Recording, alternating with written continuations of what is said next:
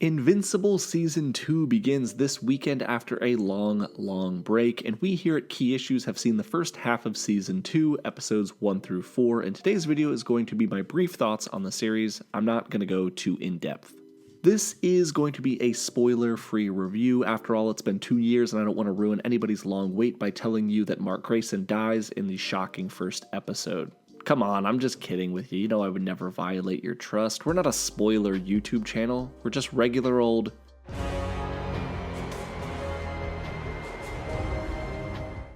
This is a shorter video and I'm only going to be using the footage from trailers in Season 1 to avoid spoilers, so if you're looking for new glimpses, sorry.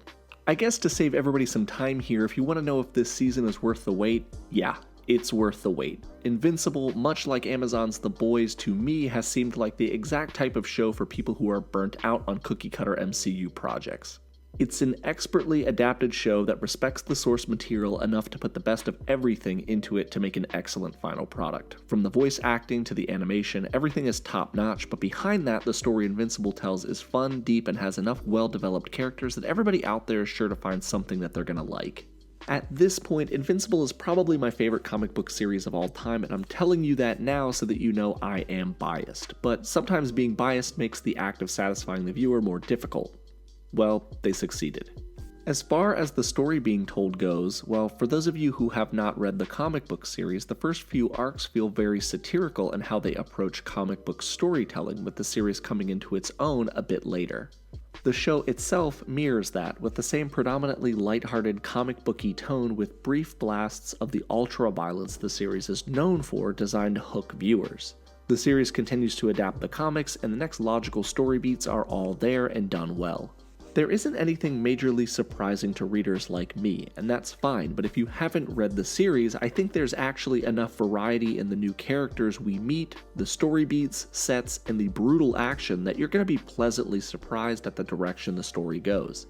More than anything, I would say that this season sees the Invincible universe really start to open up, and I don't think the series needs to reinvent the wheel, just continue adapting the story and doing what works. Oftentimes when Marvel and DC diverge from the classics and try to shake things up, a lot gets lost in that translation, and we're left with versions of characters or events that nobody really likes. Where The Boys took inspiration from the source material but changed virtually everything else, Invincible isn't trying to be something new, it's just an excellent adaptation. As for the show's trademark brutality, Season 2 assumes that you know what you're in for and starts with a bang. Some of the most brutal fights in the series are shown in episodes 1 and 4. There are big battles, big stakes, and a slightly different tone. This season doesn't have to waste time with a lot of setup. We get back to the arcs that our characters are in with great storytelling and emotional development for our returning cast members. One of the biggest criticisms of the first season was that it had some major pacing issues. Many critics felt the series was a bit bloated, trying to fill an hour with 30 minutes of actual story and content, and I'm happy to report that this second season doesn't fall into that trap. It starts out strong and the hits keep coming. And that is just a little FYI for those of you who may have been worried that it was going to start off with 30 minutes of, hey, remember this show? This is Mark, this is Debbie, this is Amber, type of stuff. Don't worry, the pacing of the season so far is infinitely better than Season 1. It grabs you in the first few minutes, and to me, it didn't really stop the whole time, probably because it assumes you're in for the long haul at this point.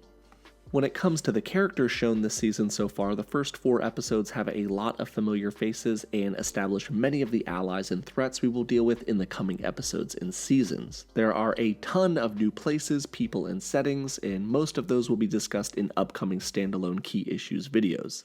I really can't give enough credit to the voice actors who consistently give excellent performances as well. Obviously, if you've seen the trailer, you have a good idea of who is in this season, but standout performances so far for me have been given by Steven Yeun as Invincible, Jillian Jacobs as Adam Eve, Sandra Oh as Debbie Grayson, Zachary Quinto as Robot, and a number of others I won't ruin for you here.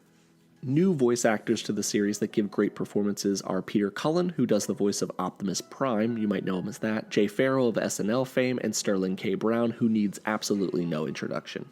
As far as the animation is concerned, it has improved from the first season, but Honestly, it's pretty close. I mean, it was really great in the first season. The team at Amazon Studios is doing an excellent job. I do feel like the audio, though, has improved significantly. There are a few sequences set to some really, really good tunes, one in the first episode and one that starts episode 4 that are sure to pull at your heartstrings. The opening of season 4, whew, the feels. These are really good sequences that I expect will bring you back to this comment section to discuss later. I don't typically give review scores. I feel like people focus too much on the numerical value that you give, like there's a huge difference between a 7.5 and an 8, like who cares? Ultimately, if you're a fan of Season 1, you're going to be a fan of Season 2. The new season is doing an excellent job of adapting the source material. The animation, voice acting, and music are all awesome, and I cannot wait to see the second half of the first season as Amazon continues to adapt my favorite comic series into a masterfully done animated show. Now, we have a ton of content already prepared just waiting for certain episodes to drop, so make sure your notifications are turned on for our channel. Also, if you've seen our videos detailing the comic history of various characters, let me know what you're looking forward to most seeing in Season 2 and beyond in the comments section. So those are my thoughts on the first few episodes of Season 2. I hope it's got you hype, and if it did, feel free to drop a comment below, hit like, subscribe, do all that other crap that YouTubers ask you to do. This has been Nick with Key Issues. I hope you're looking forward to a lot more Invincible content because that's what's coming. And remember the motto, Invincible over everything.